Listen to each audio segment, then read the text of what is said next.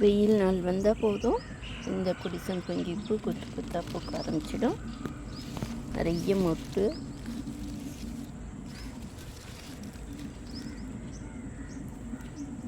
ஒவ்வொரு இலைக்கு பக்கத்துலேயும் நிறைய மொட்டு வந்திருக்கு.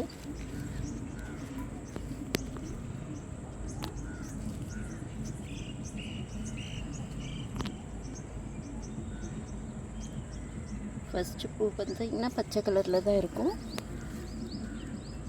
நல்லா பழுத்துருச்சுன்னா இந்த மாதிரி ஃபஸ்ட்டு பச்சையாக வரும். அப்புறம் நல்லா பழுத்துருச்சுன்னா இந்த மாதிரி எல்லோயிஷாக, அப்புறம் டார்க்கு சந்தன கலர் மாதிரி நல்லா வந்துடும்.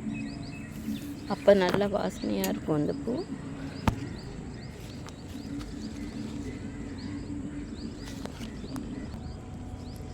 பாருங்கள், இந்த கலர்லேருந்து இந்த கலருக்கு வந்திருக்கு. ஒரு நாள் பூக்கும் போது இப்படி இருக்கும். அப்புறமா பார்த்திங்கன்னா பழுத்து போய் இப்படி வந்துடும்.